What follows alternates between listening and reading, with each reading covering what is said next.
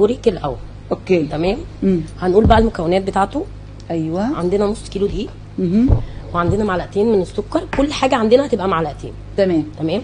طيب. وعندنا هنشوف بقيه المقادير. هنشوف انت قلتي هتبداي بالبوريك الاول. البوريك الاول. طب كل حاجه معلقتين يا جماعه، معلقتين لبن بودره، معلقتين سكر، معلقتين خميره فوريه، معلقتين بيكنج باودر، نص معلقه ملح، ربع كوبايه زيت، ومعلقتين سمنه، وكمان 3 معالق صلصه، ومعلقتين زبادي، وكوبايه ميه دافيه. يلا بقى نبتدي بقى. ابتدي. اول حاجه هنحط الميه بتاعتنا.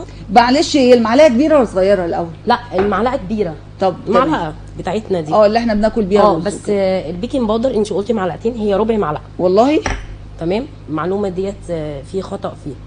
تمام. دي نص ولا ربع؟ ربع معلقه. طيب ربع معلقه بيكنج باودر.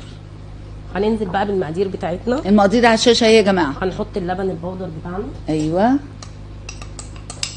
هتحطي كل حاجه عندك على كوبايه الميه. على كوبايه الميه دي. مش اكتر. وربع معلقه البيكنج باودر. طيب انا برضو عايزه اعرف ومعلقتين السكر.